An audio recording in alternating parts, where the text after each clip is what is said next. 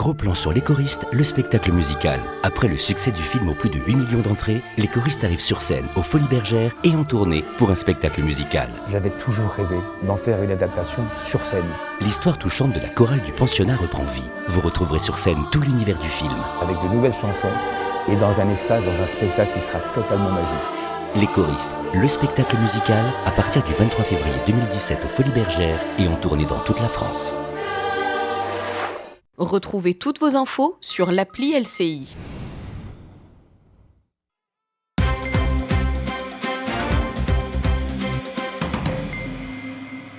Presque 21h, bienvenue si vous nous rejoignez sur LCI, c'est un nouveau journal et on revient d'abord sur cette campagne chaotique de François Fillon. D'abord, ce sondage Opinionway Tilder LCI à la question « François Fillon doit-il rester candidat à la présidentielle malgré sa mise en examen ?» 71% des sondés disent non, 28% répondent oui. Dans son propre camp, c'est l'hémorragie. En 24 heures, le candidat a perdu plusieurs dizaines de soutiens. Les appels au retrait de sa candidature se font de plus en plus nombreux. Et pourtant, il tient bon et confirme à chacune de ses prises de parole qu'il reste candidat, comme ce soir en meeting à Nîmes.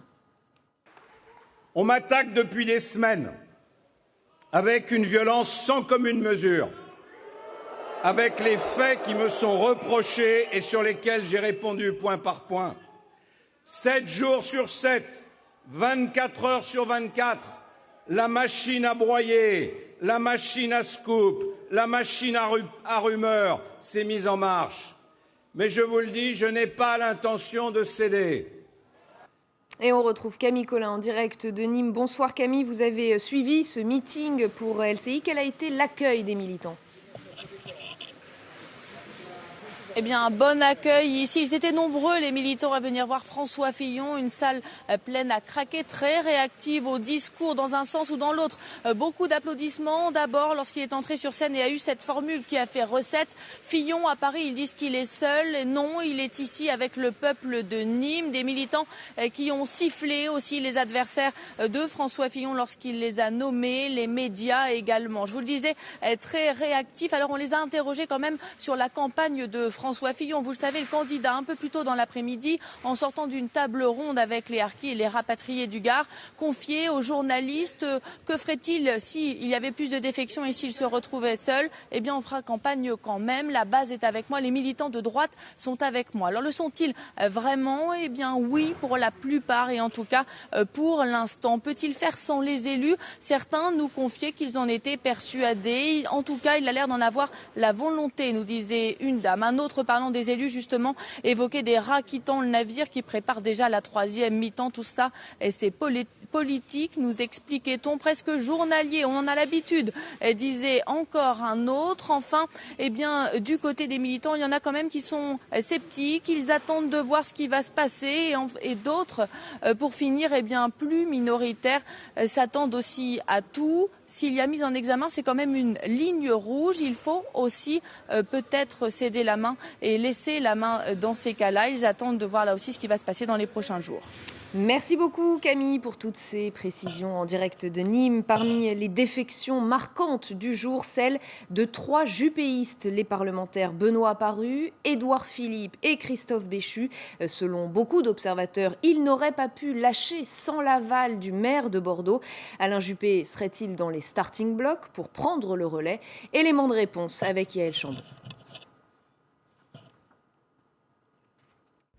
Autour de François Fillon ce matin au siège des Républicains, des fillonistes et des sarkozystes. Dans la tempête, les proches de l'ancien président sont encore là, quand d'autres jettent l'éponge, un à un. Ce matin, 2 directeurs adjoints de campagne ont démissionné, dont Sébastien Lecornu, un proche de Bruno Le Maire. Chez les élus aussi, les langues se délient, le maintien de la candidature Fillon ne passe pas. Ce soir, dans un appel solennel, une vingtaine de maires de grandes villes lui demandent de se retirer. Nous allons droit dans le mur. J'ai utilisé le terme peut-être un peu fort de suicide collectif, mais aujourd'hui, nous n'avons pas les moyens, en tout cas, de faire campagne sereinement et surtout d'aller vers la victoire. Les Français qui se reconnaissent dans le projet, qui se reconnaissent dans les valeurs de la droite et du centre, seront condamnés à un choix qu'on refuse aujourd'hui entre Marine Le Pen et Emmanuel Macron. Dans un communiqué, le député maire de Châlons en Champagne, Benoît Paru, et 2 autres élus annoncent qu'ils quittent eux aussi le navire. La tournure que prend aujourd'hui la campagne nous paraît incompatible avec notre façon d'envisager l'engagement politique. Ne pouvant plus soutenir le candidat, nous nous retirons de sa campagne. Le doute gagne aussi la garde rapprochée. Pas de prise de parole publique pour l'instant, mais des indiscrétions. Hier, lors d'un tête-à-tête avec François Fillon, avant d'annoncer qu'il continuait sa campagne, Valérie Pécresse le questionne. As-tu la force de continuer et d'intensifier la campagne sur le fond ? Doute aussi d'un autre fidèle, Bernard Accoyer, secrétaire général des Républicains. Tu avais dit que tu ne serais pas candidat si tu étais mis en examen, et là tu fais le contraire. Vers la victoire. La question du remplacement de François Fillon n'est pas officiellement posée, mais les juppéistes poussent leur champion. Bien sûr, pour moi, il y a un plan, non pas B, mais A, qui est A comme Alain Juppé. Certains vont plus loin. Des élus juppéistes appellent à parrainer la candidature d'Alain Juppé. Franck Riester a même tweeté le formulaire qu'il a envoyé au Conseil constitutionnel. Ce soir, une soixantaine d'élus ont quitté l'écurie Fillon. Et pendant ce temps, la justice poursuit son travail. Perquisition au domicile parisien du couple Fillon. Elle a eu lieu dans la matinée, dans le 7e arrondissement de la capitale. L'avocat de François Fillon nous a confirmé l'information ce soir, sans nous dire sur quoi avait débouché cette nouvelle recherche des enquêteurs. Et c'est depuis la Haute-Corse que François Hollande s'est exprimé sur le rassemblement organisé dimanche prochain par les soutiens de François Fillon. Il y a un débat électoral, il doit se poursuivre pour l'élection présidentielle. Mais il n'autorise pas tout. Il ne peut pas y avoir de manifestations dans notre pays, dans notre République, qui puissent mettre en cause les institutions, la justice ou le travail de la police dans le cadre des enquêtes dont elle a la charge. Et je déplore profondément qu'il puisse y avoir cette mise en cause et cette interpellation par la rue de ce que sont nos règles de droit. Donc j'appelle maintenant à la responsabilité, parce que ce n'est plus acceptable.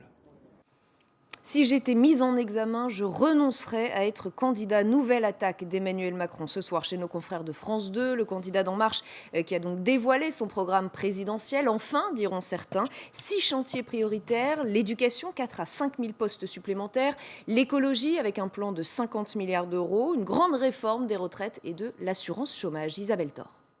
Demandez le programme. Il y en aura pour tout le monde. On reprochait à Emmanuel Macron de ne pas en avoir. C'est fait. Un événement. Il ouvre son premier chantier, moralisation de la vie politique. Les élus sont prévenus. Ils ne pourront plus faire de conseils à l'extérieur et paieront des impôts sur la totalité de leur rémunération. En matière fiscale, il maintient l'ISF, mais uniquement sur le patrimoine immobilier. Et en 3 ans, il supprime la taxe d'habitation pour 80% des foyers. C'est une mesure essentielle pour les classes moyennes françaises. Au chapitre travail, même système de retraite pour tous et à terme la suppression des régimes spéciaux.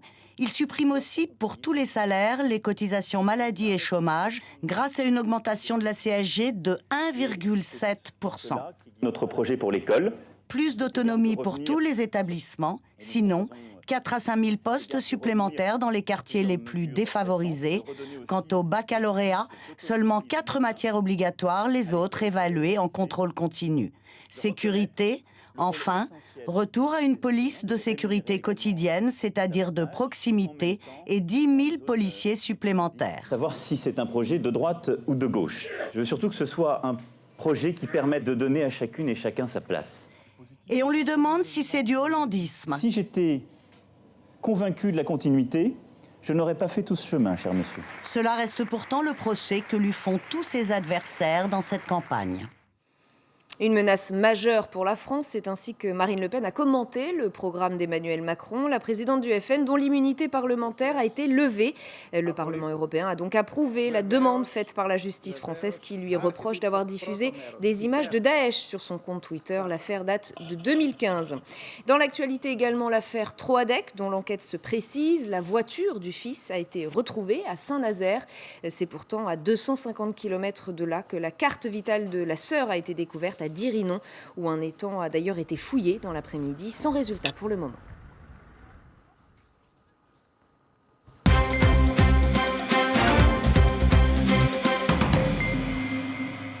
Et tout de suite, zoom sur... Regardez votre programme en toute sécurité avec Omiris. Omiris, aussi puissant que les All Blacks.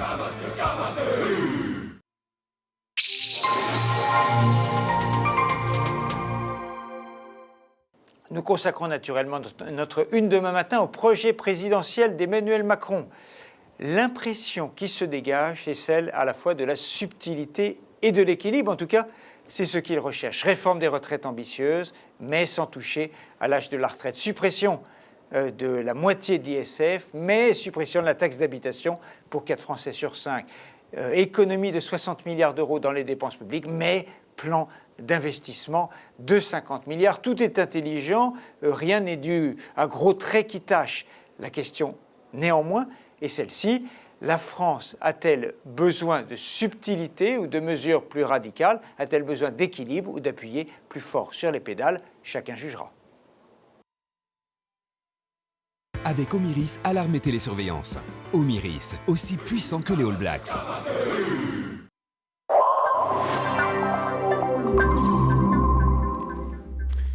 Le grand soir se poursuit après le meeting de François Fillon. C'était à Nîmes. Il a tenté de reprendre la main après les différents épisodes d'hier et les désaffections qui s'enchaînent dans son propre camp. Avec nous ce soir, Nicolas Boudot, qui est conseiller en communication associé du cabinet Tilder, qui va nous livrer dans quelques instants les détails d'un sondage réalisé pour cette émission autour de François Fillon et aussi un peu plus tard, vous le verrez, d'Emmanuel Macron. Également Olivier Roucan, qui est politologue. Bonsoir à vous. Jérôme Dubu est aussi avec nous, Bonsoir. conseiller de Paris, maire adjoint du 17e.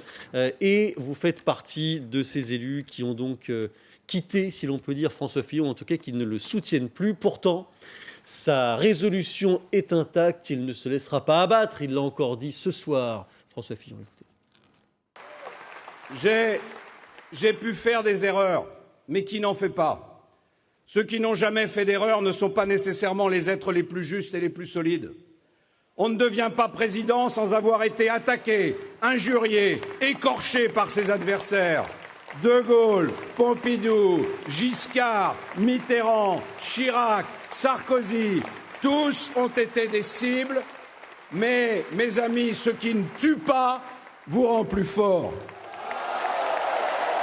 J'ai pu faire des erreurs, mais qui n'en fait pas, Jérôme Dubu. Cette ligne de défense, elle vous paraît suffisante, acceptable, recevable? Non, elle n'est plus acceptable. C'est la raison pour laquelle moi j'ai décidé, avant mercredi, lundi soir, de quitter les Républicains et de soutenir Emmanuel Macron. Alors il y a un certain nombre de mes amis républicains qui restent. C'est la première solution. Il y en a une deuxième qui consiste à dire « je me retire ». Mais pourquoi faire? Parce que c'est quand même l'élection présidentielle. Pour rappeler un plan B, voilà. Pour rappeler, oui, il y a François Risper qui était avec nous. Lui, il n'a pas Alain Juppé. On sait très bien que le plan B, c'est trop tard. Bon, il reste 50 jours. À mon avis, c'est beaucoup trop tard. Et puis, il y a la troisième solution qui est de dire, je regarde dans l'offre actuelle quel est celui qui peut et qui est le plus proche de mes convictions, et c'est Emmanuel Macron. Camille Collin est avec nous, elle était présente lors de ce meeting à Nîmes. Elle l'a suivi au milieu des militants, même s'il ne reste plus grand monde. Tout a déjà été démonté en quelques minutes. Camille, on le voit bien autour de vous. Est-ce que vous avez senti l'enthousiasme retrouvé parmi la foule ? Oui, un militant nous confiait à la fin du meeting avoir des craintes, des inquiétudes, mais le meeting m'a fait du bien, disait-il. Une autre nous disait, eh bien, quand il y a une tempête, quand il y a des difficultés, on ne quitte pas le navire. Voilà, grosso modo, l'état d'esprit des militants. Ici, ils étaient nombreux, il faut le dire, dans la salle, pleine à craquer. Ils étaient aussi très présents, très réactifs face au discours de François Fillon, qui a été beaucoup applaudi lorsqu'il a eu cette formule en montant à la tribune. Tout à l'heure, à Paris, Fillon, disent-ils, est seul. Eh bien non, je suis ici avec le peuple de Nîmes. Je peux vous dire que ça a fait recette dans cette salle. Alors les militants, on les a interrogés quand même sur les suites de cette campagne. Est-ce qu'il peut faire campagne sans les élus, comme il l'a laissé entendre devant les journalistes cet après-midi? François Fillon qui a dit que la base était avec lui, que les militants de droite étaient avec lui. Eh bien oui, pour la plupart, beaucoup restent derrière lui. Une dame nous confiait qu'il avait l'air d'avoir la volonté, qu'il pouvait continuer avec le peuple seulement. Mais d'autres quand même sont sceptiques. et qu'ils attendent de voir surtout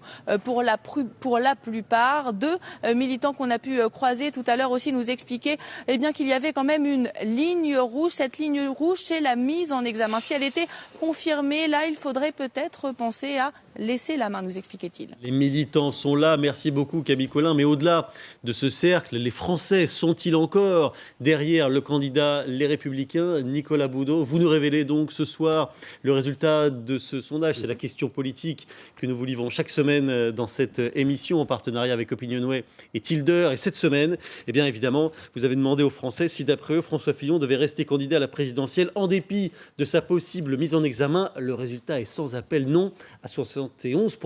Oui, sans appel. Alors, les accents gaulliens de François Fillon hier et encore ce soir à Nîmes n'auront pas suffi. Accent gaulien, on le retrouve, mais dans l'intégralité de ses discours. C'est d'abord « je résisterai », ça fait référence à juin 40. Ouais. C'est ensuite « Française, Française, aidez-moi », là c'est 62 après le putsch des généraux. Et puis c'est « je ne me retirerai pas », c'est le début de l'allocution de 1968, du 30 mai 68 de De Gaulle. Donc on a l'intégralité du spectre du général de Gaulle derrière François Fillon, mais la stature était juste un peu plus grande et le soutien public que le général de Gaulle avait eu par exemple début juin 68, là François Fillon ne l'a pas. Pourquoi ? Parce qu'il est parjure. C'est-à-dire que sur le plateau de TF1, à quelques mètres d'ici, il avait dit que la seule chose qui pourrait l'empêcher d'être candidat, c'est s'il était mis en examen. Là, il est convoqué en vue d'une mise en examen. Ensuite, le juge d'instruction décidera, mais il a dit qu'il resterait malgré tout. Et ça, c'est une rupture de communication et c'est une rupture d'image en même temps entre l'image d'honnêteté et de probité qui avait fait son succès pendant la primaire. Et cette rupture-là, pour la corriger et pour la rattraper, il n'y a pas 50 solutions. Il faut faire le gros dos, il faut attendre et puis se reconcentrer autour de son noyau. Et si on regarde notre sondage un peu en détail, le noyau est là. Le sondage montre que 92% des électeurs de François Fillon souhaitent évidemment qu'il se maintienne. Donc il y a un petit noyau, il est à son minimum dans les sondages. À mon avis, il faut attendre quelques jours pour voir s'il décroche ou pas. Il a encore un trou de souris pour être élu, mais ce sera super dur. Ça veut dire, Olivier Roucan, que la base, le socle, il est là, il est incompressible pour François Fillon ? Jusqu'à présent, il a l'air de tenir, si on s'en tient à ce type d'enquête et à celle sur les intentions d'opinion, 17, 18%, parfois un peu plus. On est dans le registre du charisme, c'est-à-dire qu'on en appelle au sentiment, à l'émotion. Les militants, on les rassemble, on cultive le sentiment d'injustice, de ne pas être compris, la théorie du complot même. Et ce faisant, y compris sur le fond du meeting, si j'ai bien compris ce soir, on se rapproche quand même du droite assez dur sur un certain nombre de thèmes identitaires. Donc on travaille, j'allais presque dire aussi, une campagne de premier tour à l'image de ce qu'avait fait Nicolas Sarkozy. Donc il y a des références subliminales à la stature gaullienne, mais il y a un style de campagne là qui se rapproche un peu de ce qu'avait voulu Nicolas Sarkozy. Ceci dit, le charisme, ça doit aussi être offensif. Ça n'est pas que du défensif. Or là, Fillon est dans son corner et il n'arrive pas depuis des semaines à sortir d'une posture défensive. On n'aborde pas un premier tour et encore moins le second si on n'est pas dans une dynamique qui permet de faire des additions et pas simplement d'entretenir une base qui est celle, j'allais presque dire, du RPR, c'est-à-dire le militant classique, convaincu, qui ne veut rien entendre et qui croit que son candidat, quel qu'il soit, détient la vérité. Je caricature, mais vous voyez, on est un peu sur ce type de posture qui ne suffit pas pour aborder la suite en bonne position. Mais c'est un grand classique, Renaud Pilat. On se resserre autour des fondamentaux pour tenter de souder son camp au maximum. Oui, on rassure les gens qui sont là en leur parlant exactement le langage de la famille. Oui. Et le langage de la famille, alors au PS, on sait ce que c'est l'égalité, c'est la justice, c'est Jaurès, voilà. Au Front National, il y a d'autres mots d'ordre. Et puis, chez les Républicains, qui étaient autrefois l'UMP, je suis assez d'accord, qui était avant le RPR, le premier cercle du RPR, eh bien, on a ce réflexe bonapartiste. C'est pour ça d'ailleurs qu'ils organisent une manifestation, une marche dimanche au Trocadéro. C'est ce vieux réflexe du retour au peuple, de l'appel au peuple, le peuple qui a toujours raison contre les corps intermédiaires, toujours raison contre les journalistes, parce que les journalistes, quelque part, sont à Paris et ne vivent pas comme nous, qui a toujours raison contre les juges, parce que les juges sont évidemment socialistes. Voilà, c'est vraiment l'argumentaire de droite classique, où on parle le langage de la famille. Et pour ça, François Fillon, en général, est redoutable. Et ce soir, on a vu qu'il utilisait de façon outrancière et assez grossière, mais avec efficacité, ces outils-là. Et vous avez entendu Jérôme Dubu, comme il a balayé d'un revers de main les désaffections dans son propre camp, donc, notamment donc, la vôtre. Il a dit les élus, c'est pas grave, on fera 100. Oui, mais si vous voulez, François Fillon, il a quand même un gros problème, parce qu'on dit que le socle tient. Le socle de la droite un peu dur, etc. tient. En réalité, c'est pas vrai. Vous avez entendu, 92% de ces électeurs sont toujours là. Mais dans les sondages aujourd'hui, qu'est-ce qui se passe ? Je rappelle quand même un certain nombre de chiffres. En 2007, Nicolas Sarkozy a fait au premier tour 32%. Oui. C'était exceptionnel. Oui. C'était le score de Giscard en 1974, avec Chaban à côté. En 2012, Nicolas Sarkozy a perdu, il a fait 27%. Donc en réalité, le bloc de la droite, il est plutôt à 25%. Aujourd'hui, Fillon est à 19-20%, donc il est nettement en dessous, il est 5 points en dessous, et ça ne lui permet pas d'être au deuxième tour. Je rappelle qu'avec 25% en 2012, Nicolas Sarkozy a perdu l'élection. Sauf, pardon, je vous coupe, le paysage politique est tellement fragmenté, avec un espace central occupé par Macron, un Front National à 25, un Parti Socialiste à 14-15, qu'aujourd'hui, on peut être au second tour à 20-21, là où avant, il fallait 26-27. Sauf que les conditions en ont changé. 2012, vous aviez aussi Bayrou qui était relativement haut, puisqu'il était autour de 10%, et qu'il occupait l'espace central aussi. Donc, en réalité, le bloc de droite, il est plutôt déjà affaibli. Oui. Donc, ne reste qu'un peu que les muscles. C'est ça, le noyau. Donc, c'est le noyau dur et ça ne suffira pas à être au deuxième tour. C'est bien ce que nous disions tout à l'heure. Là, il est vraiment dans une posture défensive de laquelle il n'arrive pas à sortir. Et donc, comment faire, Nicolas Boudot, pour reprendre l'offensive ? D'abord mobiliser son camp, faire une démonstration de force dimanche. Renaud l'a dit, il y a un rassemblement qui est prévu à Paris. Là, il faut qu'il y ait plus de 100 000 personnes pour que ça ait du sens. Et puis ensuite... Du sens commun pour eux, en tout cas. Et puis, oui, vous savez, il n'y a pas beaucoup d'associations ou de structures qui peuvent organiser un rassemblement en moins d'une semaine. Il y a Sens commun, il y a l'UNI, et puis c'est à peu près tout. Et c'était à peu près tout à droite. À gauche, il y a eu des structures qui sont plus habiles pour ça. C'est moins dans l'ADN de la droite, mais peu importe. Retrouver du sens, s'organiser autour de son camp, et puis surtout tenter de revenir sur des sujets de fond, c'est-à-dire sortir de l'image qui est la sienne et tenter de réoccuper le débat public avec des sujets économiques, avec des sujets sociaux, finalement, avec son programme et avec des sujets régaliens, et essayer de se battre programme contre Emmanuel Macron sur sa gauche et évidemment Marine Le Pen sur sa droite. C'est le seul moyen pour lui de s'en sortir, c'est-à-dire de gagner sur le terrain des idées en essayant d'occulter le terrain des affaires. Il aura assez peu de temps pour le faire, puisque imaginons qu'il soit mis en examen ou sous statut de témoin assisté le 15 mars. Il aura environ 1 mois pour convaincre sur le fond et sur le terrain des idées. Et c'est là où fondamentalement il aura besoin du renfort des médias. Et il a besoin de quoi ? Eh bien que justement Emmanuel Macron d'une part et Marine Le Pen d'autre part viennent eux aussi sur le terrain des idées, occupent le terrain des idées pour que petit à petit la campagne redevienne normale finalement. 100 000 personnes dans les rues de Paris, Renaud Pilat, c'est possible ? En tout cas, leur objectif, c'est entre 80 000 et 100 000 personnes. Ça a été décidé... Quel jour sommes-nous ? Ça a été décidé jeudi. Mercredi, hier. Donc voilà, en 4-5 jours. C'est possible, compte tenu de la mobilisation de la Manif pour tous, de Sens commun, de... La Manif pour tous a dit qu'elle ne s'en occupait pas. Elle a dit officiellement qu'elle ne s'en occupait pas, mais je peux vous dire qu'officieusement, on a les mêmes réseaux à l'œuvre, on a Frégis Bergeau. Ils ont des mailing lists extrêmement impressionnants. Donc il suffit aujourd'hui d'appuyer sur un bouton, d'envoyer un mailing. On sait que Facebook propage de façon extrêmement rapide des appels à manifestation. Donc on peut imaginer plus... Je crois 200 000 ou 300 000 euros, dit-on, qui ont été alloués pour affréter des cars. On peut arriver peut-être à un chiffre impressionnant. Cela dit, que va-t-on faire dimanche soir ? Nous, la presse, on va comparer, bien sûr, avec l'immense rassemblement qu'avait fait Nicolas Sarkozy lors de sa campagne au Trocadéro. Et c'est vrai qu'à l'époque, la démonstration avait été énorme.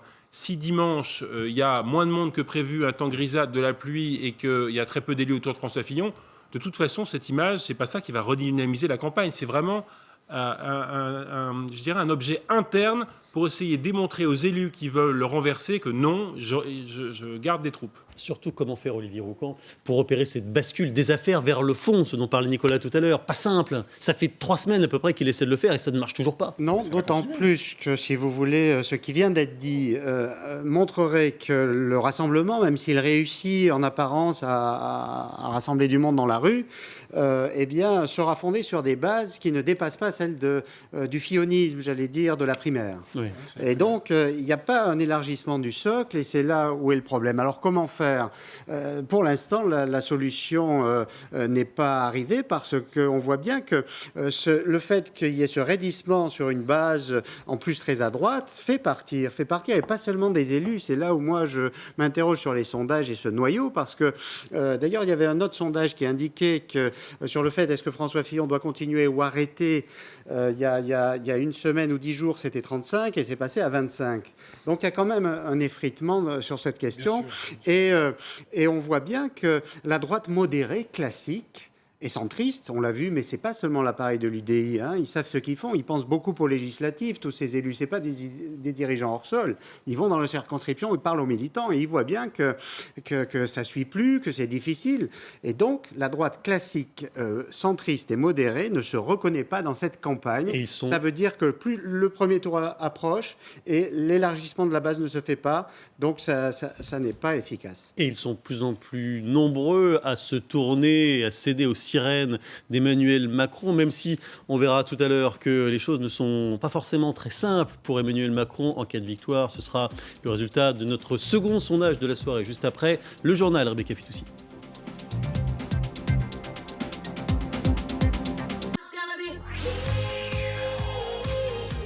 Environnement, économie, innovation, on n'imagine pas jusqu'où nous permettra d'aller le recyclage des lampes. Mais on sait où ça commence, dans un bac de collecte, en supermarché et magasin de bricolage.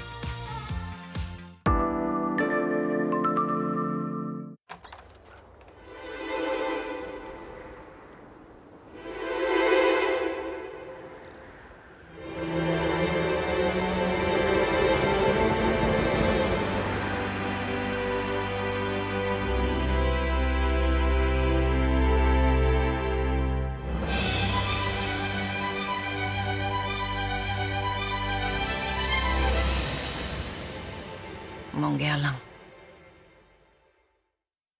Ils ont pris des objets de valeur? Oui. Mes lunettes. Ça va aller, monsieur. Chez Général d'Optique, fini les lunettes qui valent une fortune. Pour 1 € de plus, une deuxième paire dans tout le magasin et jusqu'à 200 € de chèque cadeau pour qui vous voulez. Général d'Optique, la fin des lunettes chères. Lunettes correctrices, dispositif médical. Allô, tu as le poisson? Nos invités arrivent. Tout va bien, on a un four Siemens. Siemens présente son nouveau four VarioSpeed. Une nouvelle technologie pour une cuisson 2 fois plus rapide. Siemens, le futur s'installe chez vous. Pilotez votre four, où que vous soyez, quoi que vous fassiez, avec l'application Home Connect. Je suis exotique, libre, créatif, impressionniste, pointilliste. En un mot, je suis Pissarro. La peinture est ma vie. Venez me découvrir au musée Marmottan-Monet. Préjugés, les papilles se lèvent toujours aux aurores. Pourquoi? Parce que le premier arrivé est le premier arrivé. Vous trouvez ça absurde? Nous aussi. Avec Cofidis, dépassez vos préjugés, surtout sur le crédit. Dépêchez-vous, vous avez 2 semaines seulement pour profiter d'un taux de 3,4% sur 48 mois. Appelez Cofidis au 31 55. Changez votre regard sur le crédit. Pour 9 € en Grèce, tu as ça.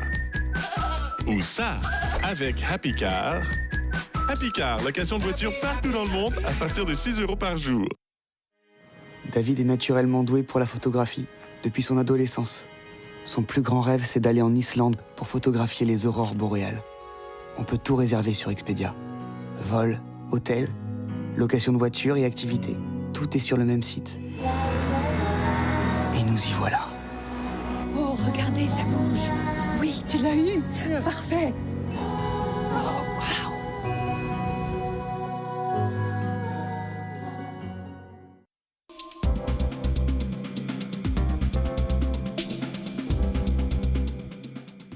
Ça vous dirait de connaître la recette d'une famille parfaite? Prenez d'abord beaucoup d'amour. T'as encore oublié mon anniversaire! Chérie, attends! Je sais ce que je veux faire! Ajoutez de la compréhension. Qu'est-ce que je fais? Des enfants bien élevés. Maman, piranha! Mettez un peu d'ordre.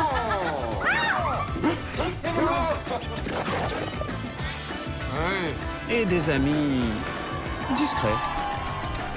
Taisez-vous! Sans oublier un zeste de maturité. Sophie et Pierre, retrouvez-les dès le 8 mars sur tous vos écrans. Et voilà, c'est nous. Ici, tout va bien. Enfin, presque.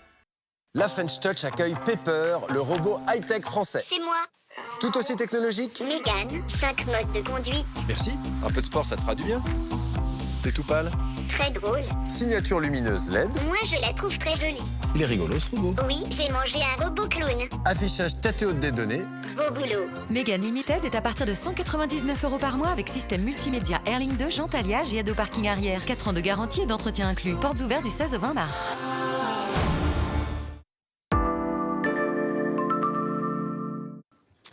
L'essentiel de l'info, Rebecca Fitoussi.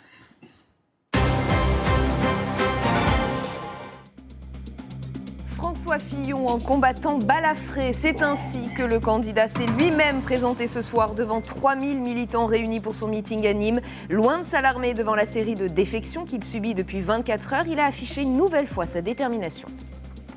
Fillon, il est seul, disent-ils à Paris. Fillon, il est avec le peuple de France à Nîmes. Mes amis, vous avez devant vous un combattant.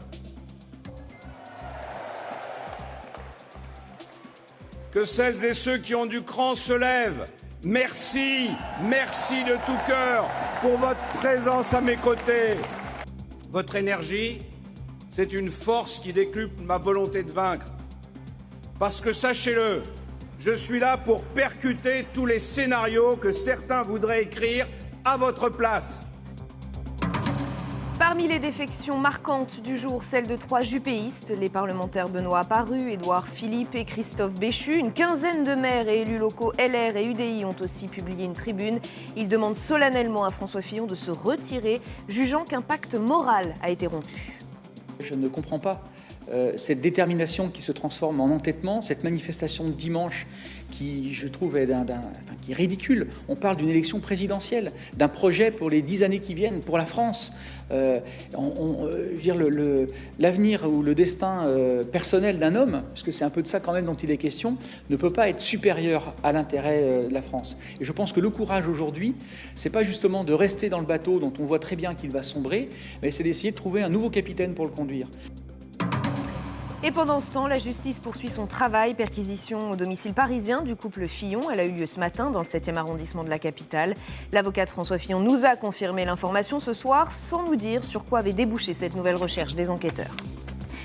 Cette nouvelle journée de campagne a aussi été marquée par Emmanuel Macron qui a dévoilé son programme présidentiel. 6 chantiers prioritaires, dont l'éducation, 4 à 5 000 postes supplémentaires, l'écologie avec un plan de 50 milliards d'euros et puis une grande réforme des retraites et de l'assurance chômage.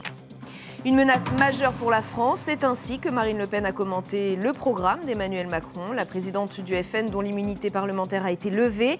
Le Parlement européen a donc approuvé la demande faite par la justice française qui lui reproche d'avoir diffusé des images de Daesh sur son compte Twitter. C'était en 2015. Dans l'actualité, enfin, l'affaire Troadec, dont l'enquête se précise. La voiture du fils a été retrouvée à Saint-Nazaire. C'est pourtant à 250 km de là que la carte vitale de sa sœur a été découverte hier à Dirinon, où un étang a d'ailleurs été fouillé dans l'après-midi. Il n'y a pas eu que le meeting de François Fillon à Nîmes dans l'actualité politique du jour. Il y a eu aussi Emmanuel Macron qui a donc dévoilé le détail de son programme ce matin. Il est venu aussi le commenter dans le 20h de France 2 et il est revenu sur, évidemment, l'affaire Fillon. Que ferait-il, lui, s'il venait à être mis en examen? On l'écoute. Ce qui se passe est mauvais pour la vie politique française en général et l'état de droit en France. Pour ce qui est du fond de cette affaire, et donc de ce qui relève de la justice. Cela concerne François Fillon et ses juges. Pour ce qui est de notre vie démocratique, les Français jugeront. Simplement, le vote n'est pas une absolution. Si vous étiez mis en examen, est-ce que vous renonceriez à être candidat ? Oui, de la même façon que dans le principe, un ministre doit quitter le gouvernement lorsqu'il est mis en examen. Emmanuel Macron, le sujet de notre sondage de la semaine avec Opinionway et Tilder. Nicolas Boudot, vous nous donnez le résultat sur cette question. Si Emmanuel Macron est élu président, pensez-vous qu'il aura une majorité à l'Assemblée à l'issue des législatives de juin ? Question très importante, évidemment. Et la réponse, elle est très frappante. Les Français disent non à 50%. Ils ne pensent pas qu'Emmanuel Macron, au-delà de sa propre personne, pourra rassembler après son éventuelle élection. Puis juste l'autre chiffre qui marque, mais vous allez nous en parler, Nicolas, c'est ce 21% qui ne se prononce pas. Oui. Après les affaires, ou derrière les affaires, il y a une question fondamentale qui se pose. C'est avec qui pourrait gouverner Emmanuel Macron si toutefois il était élu président de la République. Et bien là, les Français se disent qu'il aurait du mal à gouverner avec une majorité de députés de En Marche ou de députés macronistes. C'est-à-dire que, vous savez, il y a 577 députés, donc il en faut 289 pour avoir la majorité. Sinon, il faut faire des coalitions. Et le problème, c'est que si Emmanuel Macron doit faire une coalition, avec qui peut-il la faire ? Il ne répond pas. Est-il de droite ? Est-il de gauche ? Parce qu'on est sûr... Les deux, mon général. Oui, c'est sûr, mais c'est difficile de rabibocher sous les institutions de la Ve République et sous la Constitution de la Ve République, la droite et la gauche, et de les faire voter ensemble. Ça peut durer un temps, mais à la première crise venue, chacun va retrouver son camp et sa place dans l'hémicycle, et peut-être possible de faire du 49-3 pendant un petit moment, et vient... un certain nombre de textes sur lesquels il est plus possible de le faire, et alors on se retrouve dans une situation qui s'appelle la cohabitation, alors même que le quinquennat avait été mis en œuvre en 2002 pour éviter les systèmes de cohabitation. Donc ce qu'on voit, c'est qu'Emmanuel Macron n'a pas un parti très ancien, il date du 6 avril dernier, son parti, il n'a pas une base macroniste que les Français considèrent comme suffisante pour lui apporter une majorité, si toutefois il était élu président de la République. Ce qui veut dire que même si Emmanuel Macron est très haut dans les sondages d'opinion, derrière, les Français n'imaginent pas véritablement comment ni avec qui il pourrait gouverner. Et à vos côtés, il y a un élu qui bouillonne, un élu Les Républicains qui soutenait avant François Fillon, mais qui désormais soutient Emmanuel Macron. Pourquoi pensez-vous que Nicolas Boudot a tort quand il dit que ça sera très compliqué après ? C'est ce que pensent les Français. Oui, non, mais c'est une photo de la situation à l'instant T. Absolument. Bon, on verra ce qui se passera après la présidentielle. C'est ça qui sera intéressant. À ce moment-là, vous savez très bien qu'avec le quinquennat, les législatives sont devenues la confirmation de la présidentielle. Depuis que le quinquennat est là, il n'y a pas de cohabitation. Parce qu'en général, par définition, parce que le paysage était un petit peu différent. Je crois que les Français donneront une majorité au président qui sera élu, quel qu'il soit. Je ne vois pas du tout une cohabitation après l'élection présidentielle. D'abord parce qu'il y a une confirmation, c'est le quinquennat. Et deuxièmement, parce que les Français n'aiment pas la cohabitation. C'est assez clair actuellement. Ils ont envie qu'il y ait des réformes. Emmanuel Macron, ce matin, a présenté un programme de réformes profondes, avec des réformes sur l'assurance chômage, des réformes sur l'assurance maladie, des réformes sur la baisse des charges, sur la baisse de l'impôt sur les sociétés. Et je suis persuadé que c'est un programme qui pourra trouver une majorité. Alors ensuite, il y aura peut-être effectivement des gens qui viendront s'agréger à cette majorité. Je pense que les élus UDI n'en sont pas très loin. Je pense qu'il y a un certain nombre de gens du PS qui sont plutôt réformateurs qui viendront s'agréger. Et je pense que tout ceci peut faire une majorité très cohérente. Olivier Roucan, c'est une majorité hétéroclite qui se dessinerait pour Emmanuel Macron. C'est possible de gouverner dans ces conditions ? J'entends tout ce qui vient d'être dit.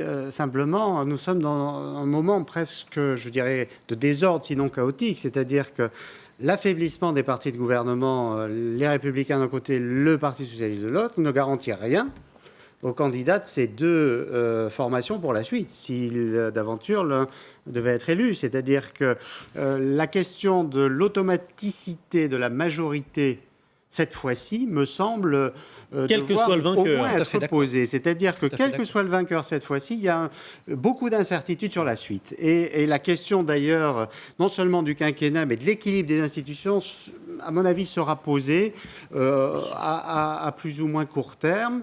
Et on voit à quel point d'ailleurs le quinquennat a déstructuré la Ve République et les logiques dont vous parliez. Et donc Emmanuel Macron et ses 50%, alors lui, ça se voit pourquoi ? Parce qu'il n'a pas de parti structuré encore. Il y a un précédent quand même. Même s'il faut comparaison, il faut faire attention. Mais il y a Valéry Giscard d'Estaing qui avait été élu sans parti vraiment structuré derrière lui. Il faut relativiser la comparaison. Mais bon, donc la majorité pour Emmanuel Macron n'est pas une impossibilité non plus, parce qu'on ne sait pas trop la configuration du Parlement, de l'Assemblée nationale, après les élections législatives. D'abord, il est probable que le Front national ait plus de députés qu'il n'en avait. Et on ne sait pas trop à quoi ressemblerait. La seule certitude, c'est qu'il n'aura pas la majorité au Sénat. Voilà. Ça, je peux vous le dire. C'est la seule certitude. Normal, il n'y a pas d'élection sénatoriale. Si, il y a des élections sénatoriales au mois de septembre. Mais je pense que cette présidentielle fait que, effectivement, si les deux partis de gouvernement qui gouvernent la France depuis 30 ou 40 ans, pour l'instant, si on continue comme ça, seront absents du second tour et absents de la victoire présidentielle, il va falloir qu'on revisite tous nos vieux schémas sur lesquels on travaille depuis 30 ans. Qu'est-ce qui pourrait se passer? C'est qu'effectivement, dans la mesure où Emmanuel Macron a créé non pas un parti, mais un mouvement qui permet la double appartenance, la double étiquette, c'est-à-dire que vous pouvez... c'est un statut de parti aujourd'hui, En Marche. C'est un statut de parti. Mais qui permet... Peut-être le statut, mais enfin, en tout cas, Emmanuel Macron continue à le mouvement et il permet la double étiquette. Il peut présenter des candidats aux élections. Il peut présenter des candidats uniquement En Marche, mais il peut y avoir également des députés qui peuvent être PS En Marche. Sauf que peut-être que les PS ne seront pas d'accord. LR En Marche. C'est le PS ou LR qui ne sera pas d'accord. Alors, c'est le PS ou LR qui ne seront pas d'accord. Parce que les gens seront exclus. Et ben, c'est là où, effectivement, c'est au moment des législatives que se passera la recomposition dont on parle depuis des années, c'est-à-dire qu'on aura un groupe PS, un groupe En Marche. Est-ce que si la droite est absente du second tour, elle risque quand même d'avoir quand même une sacrée secousse. Elle peut se déstructurer. Juppé, Raffarin et le centre-droit peuvent pourquoi pas participer à une majorité progressiste si le Front National en face a fait 42-45%. Qu'est-ce que fera une partie du PS? Donc on aura effectivement des majorités d'idées où on aura peut-être 4 ou 5 groupes, 6 groupes à l'Assemblée nationale et non plus 2 ou 3, comme ça se fait dans d'autres démocraties européennes. Et le gouvernement Macron... aux coalitions, forcément. Et on aura un gouvernement de coalition. Nicolas Boudot. Et on aura une coalition. Et c'est déjà arrivé, vous faisiez référence à Valéry Giscard d'Estaing, qui avait nommé Jacques Chirac comme Premier ministre. Ça avait duré 2 ans. Jacques Chirac avait démissionné en août 1976 et l'a fait battre aux élections de 1981. Est-ce que c'était une réussite politique? Pas vraiment. Non. Et on est dans une situation approximativement similaire. Olivier Rocan. Olivier Rocan du septennat, d'une part, et par rapport à ce qui a été dit tout à l'heure sur les cohabitations, la question qui se posera alors, c'est de savoir si l'homme fort de l'exécutif ne deviendrait pas le Premier ministre.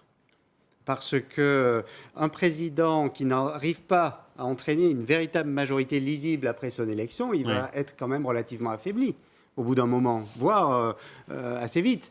Oui, mais là, vous raisonnez avec des partis qui sont les partis actuels. Or, en réalité... Non, pas du tout. Si, l'élection présidentielle va complètement changer la donne. Vous allez avoir, si le PS n'est pas au deuxième tour... Ils vont faire de la résistance quand même. Ce qui s'annonce plutôt le cas, puisque Hamon est assez loin. Le PS va exploser, c'est terminé le PS. Si LR n'est pas au deuxième tour, pour la première fois, ça sera un première fois depuis la Ve République, la droite risque de ne pas être au deuxième tour. Oui. C'est l'explosion de LR. Oui, mais une pour faire une campagne totale. législative, il faut des moyens. Et les moyens pour cette campagne législative, c'est les vieux partis qu'ils ont financés qui vont aider. Tout à fait. Sur cette campagne, ça sera les vieux partis. Mais au moment de se former les groupes après les législatives du mois de juin, les vieux partis ne donnent pas grand-chose à leurs candidats, je vous l'assure. C'est là qu'on verra où chaque député va. Voilà. Sur le fond, il y a eu pas mal d'annonces faites ce matin par Emmanuel Macron, des annonces qui ont été évidemment critiquées par ses opposants. On va écouter du côté des Républicains Éric Woerth, expert économique du candidat Fillon, juger les annonces d'Emmanuel Macron. Écoutez. Nous avons pris la décision c'est le programme de François Hollande sans François Hollande. Donc c'est un programme qui ne va pas au bout des choses. C'est un programme de centre-gauche, donc qui ne va pas au bout des choses. C'est un programme qui oublie la compétitivité des entreprises. C'est assez curieux d'ailleurs, mais c'est comme ça. Et alors que la clé du redressement du pays, c'est-à-dire la lutte contre le chômage massif, c'est la compétitivité de nos entreprises. Voilà, il y a beaucoup de manipulations à l'intérieur et il n'y a pas d'idées nouvelles. Il n'y a aucune idée nouvelle. Il y a une rupture d'ailleurs en cela, entre l'image qu'a cherché à se forger Emmanuel Macron et la réalité de son projet. C'est un vieux projet classique, habituel, dans lequel on y rajoute un peu de numérique, un peu de transition énergétique. C'est du Hollandienne, Jérôme Dubu ? Ah, pas du tout. Sur ça, je ne soutiendrai pas Emmanuel Macron après avoir combattu le quinquennat de M. Hollande. Oui. Donc c'est un projet réformateur et c'est un projet crédible. Mais moins ambitieux sur le plan économique et social que celui de François Fillon. Le problème de François Fillon, c'est que, il change tout le temps son projet, tous les jours. L'assurance maladie, il l'a changé 4 ou 5 fois. La dépénalisation... la pénalisation des mineurs, il était contre, maintenant il est pour. La déchéance de nationalité, il était contre, maintenant il est pour. Il essaie d'élargir sa base électorale. Ah oui, mais c'est un problème de cohérence de son projet, si vous voulez. Et en plus, même s'il est élu, il n'aura aucune crédibilité pour le mettre en place. Aucune crédibilité. Alors que le projet d'Emmanuel Macron est beaucoup plus crédible, plus raisonnable, beaucoup plus crédible, et peut-être mise en application avec une majorité législative. L'un des reproches principaux, Nicolas Boudot, qui était fait à Emmanuel Macron jusque-là, c'était, disait-on, l'homme qui n'avait pas de programme. Maintenant, ça y est, et les mesures sont assez précises. Maintenant, il en a un, et c'est tant mieux pour la qualité du débat présidentiel, parce que personne n'aurait compris que le débat présidentiel ne se résume qu'aux affaires Fillon. Donc là, il y a une possibilité, justement, pour Fillon, de revenir dans le champ du débat, programme contre programme, projet contre projet, idée contre idée, avec l'ensemble des autres candidats. Et que finalement, enfin, en ce 2 mars, commence véritablement une véritable campagne présidentielle qui permette à l'ensemble des Français de choisir qui pourra diriger le pays pendant les 5 années qui viennent. C'est fondamentalement ça qui manque. Et je pense qu'en communication, chacun y gagnerait à ce qu'on retrouve un peu de sérénité, qu'on laisse le temps de la justice, qui est un temps normalement assez long, faire son travail, que le temps médiatique permette de comprendre les différences entre les programmes des uns et des autres, et puis que le temps de l'opinion publique, qui a besoin de temps également pour choisir et se structurer, se passe dans le plus de calme possible. Sinon, ce sera un quinquennat pour rien. Ce sera pour Emmanuel Macron, par exemple, une élection à la Pyrrhus, si je suis le sondage qu'on a fait là, c'est-à-dire une victoire qui n'est absolument pas suivie d'effets ou suivie de défaites tellement cuisantes que c'est une victoire qui ne sert à rien. En tout cas, c'est le sondage qui est là qui le dit. Oui. Donc vite, du fond, il y en a du côté d'Emmanuel Macron, il y en a du côté de François Fillon, il y en a du côté des autres candidats, et un débat projet contre projet sur une chaîne de télévision ou une autre pour parler d'autres choses. Enfin, je crois que c'est ce qu'attend l'opinion publique aussi. Est-ce que ces propositions, Renaud Pilat, elles sont assez puissantes pour structurer le débat ? En tout cas, elles sont la marque d'un grand équilibrisme. Et on avait beaucoup dit que le principal obstacle pour Emmanuel Macron, c'était de franchir le programme, puisqu'on l'attend depuis des mois et des mois, et tout le monde se disait, à partir du moment où il va annoncer son programme, ça va être clivant, du coup il va perdre à droite les annonces de gauche, et les annonces de gauche vont le faire perdre à droite. Du coup, il est malin, ils sont malins chez Macron, ils ont fait un programme qui est, on va dire, central. Il y en a pour tout le monde.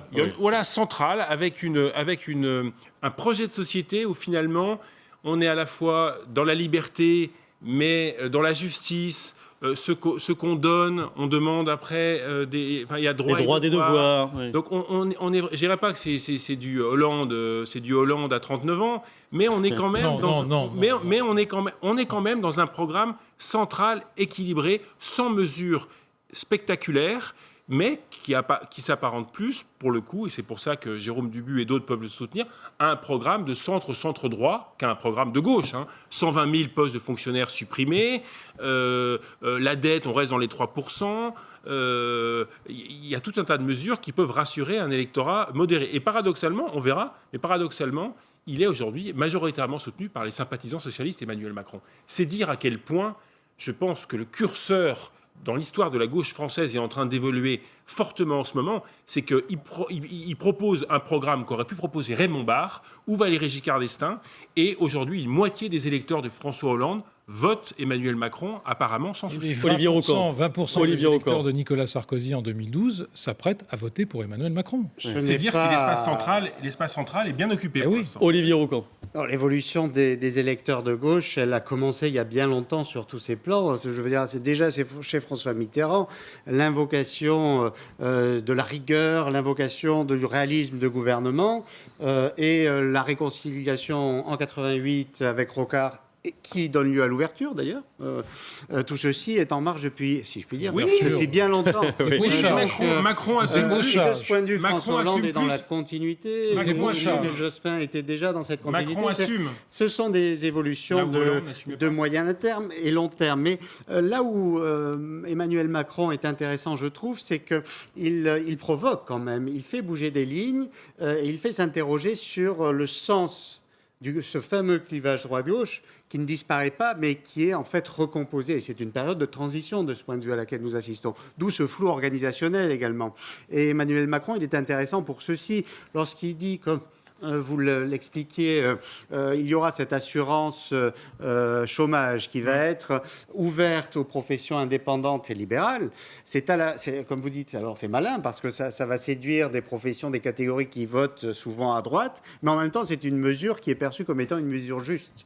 Donc ça va parler à l'oreille gauche, on va dire. C'est une Vous avez de la mesure liberté qui et de va la protection. un petit peu à droite, un petit peu à gauche. C'est ce que François Fillon a appelé ce soir des mesures de gondolier. Tiens, écoutez. Je vous parle du destin de la France. Et je n'entends parler que des petites opérations politiques. Hamon a fait son pas de deux entre Mélenchon et les écologistes. Et puis nous avons assisté à une très médiatique étreinte entre deux girouettes, Macron et Bayrou, les gondoliers de la politique.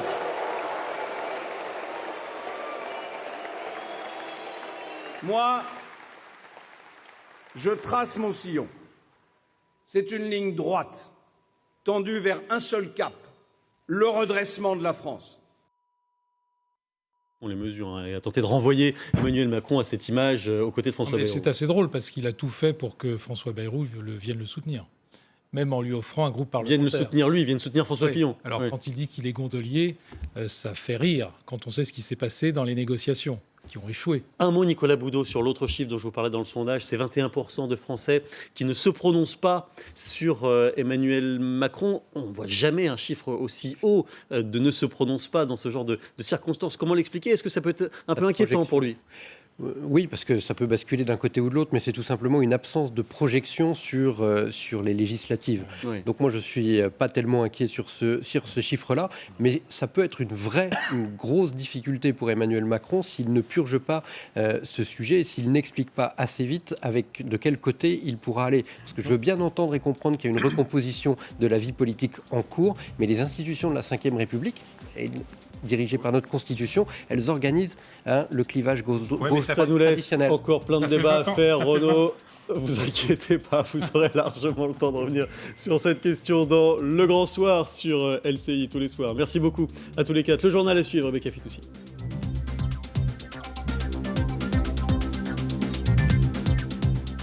Regardez votre programme en toute sécurité avec Omiris.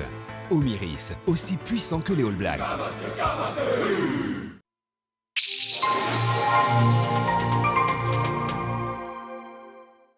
Nous consacrons naturellement notre une demain matin au projet présidentiel d'Emmanuel Macron. L'impression qui se dégage est celle à la fois de la subtilité et de l'équilibre. En tout cas, c'est ce qu'il recherche. Réforme des retraites ambitieuse, mais sans toucher à l'âge de la retraite. Suppression de la moitié de l'ISF, mais suppression de la taxe d'habitation pour 4 Français sur 5. Économie de 60 milliards d'euros dans les dépenses publiques, mais plan d'investissement de 50 milliards. Tout est intelligent, rien n'est dû à gros traits qui tâchent. La question, néanmoins, est celle-ci. La France a-t-elle besoin de subtilité ou de mesures plus radicales? A-t-elle besoin d'équilibre ou d'appuyer plus fort sur les pédales? Chacun jugera. Avec Omiris, alarme et télésurveillance. Omiris, aussi puissant que les All Blacks.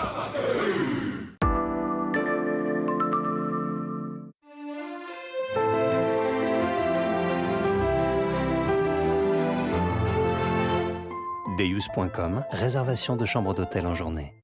Ok, merci Chloé. Chloé, c'est ta petite amie? Mais non, c'est la directrice de mon crédit mutuel. Oh bah depuis quand vous souriez après l'appel d'une banquière, qui plus est, directrice? Le crédit mutuel, c'est une banque différente. Différente, hein. Je fais partie des gens qui ont été élus pour représenter les clients. On échange régulièrement avec le directeur ou la directrice et on avance main dans la main, banquier, client sociétaire. Main dans la main. Papa. Crédit Mutuel, une banque qui appartient à ses clients, ça change tout. Le Crédit Mutuel souhaite de bonnes assemblées générales à ses 7,7 millions de clients sociétaires.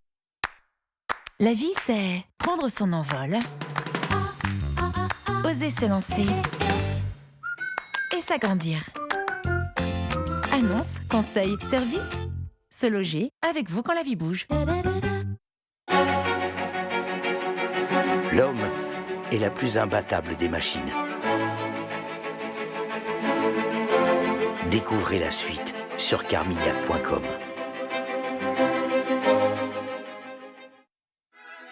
Nouvelle collection Espresso Carte Noire. Des cafés sélectionnés avec soin. Un assemblage unique. Des arômes préservés pour révéler le meilleur du café. Goûtez au plaisir de 13 arômes d'exception. Carte Noire, les plus belles couleurs du noir.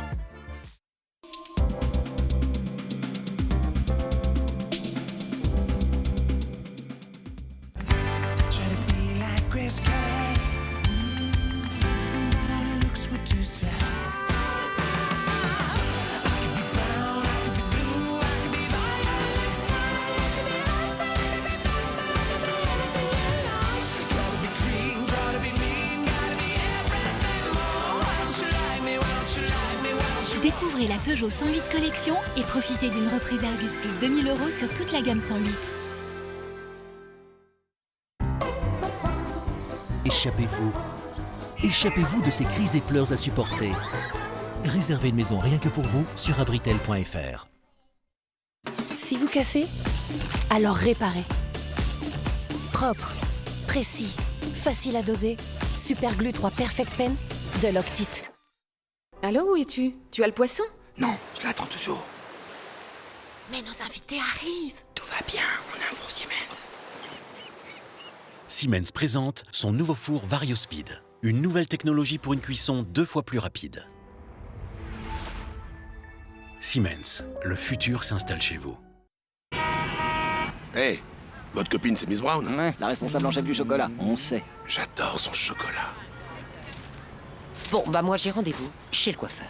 Chez le coiffeur? Mais on n'a pas de monnaie pour le taxi. C'est pas grave, on va trouver un arrangement. Oh oh.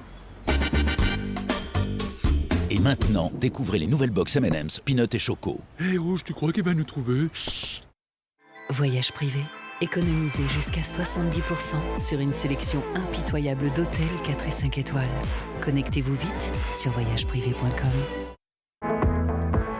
Let's talk about you.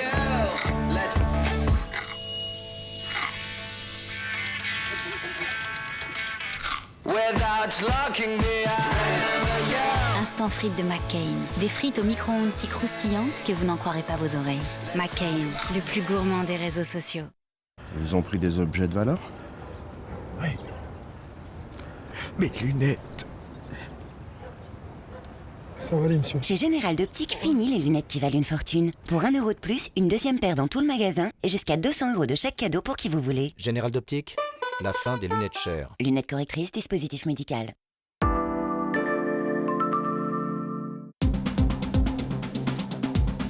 Les décisions politiques, le chômage, la croissance, la marge des entreprises, les marchés financiers, tous les jours, l'économie est à la une de l'actu.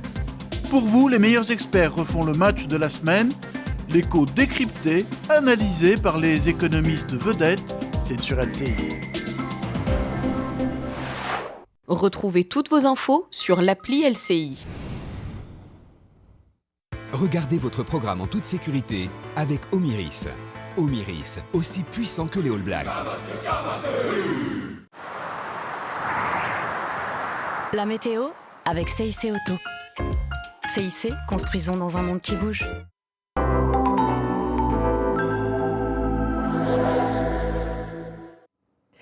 Elle nous accorde un répit de 2 jours avant de revenir pour le week-end. Elle, évidemment, ce sont les perturbations. Alors jeudi, celle-ci s'est carrément évanouie, peut-on dire, dans les hautes pressions. Alors on en a une autre qui arrive avec ce qu'on appelle le front chaud et le front froid.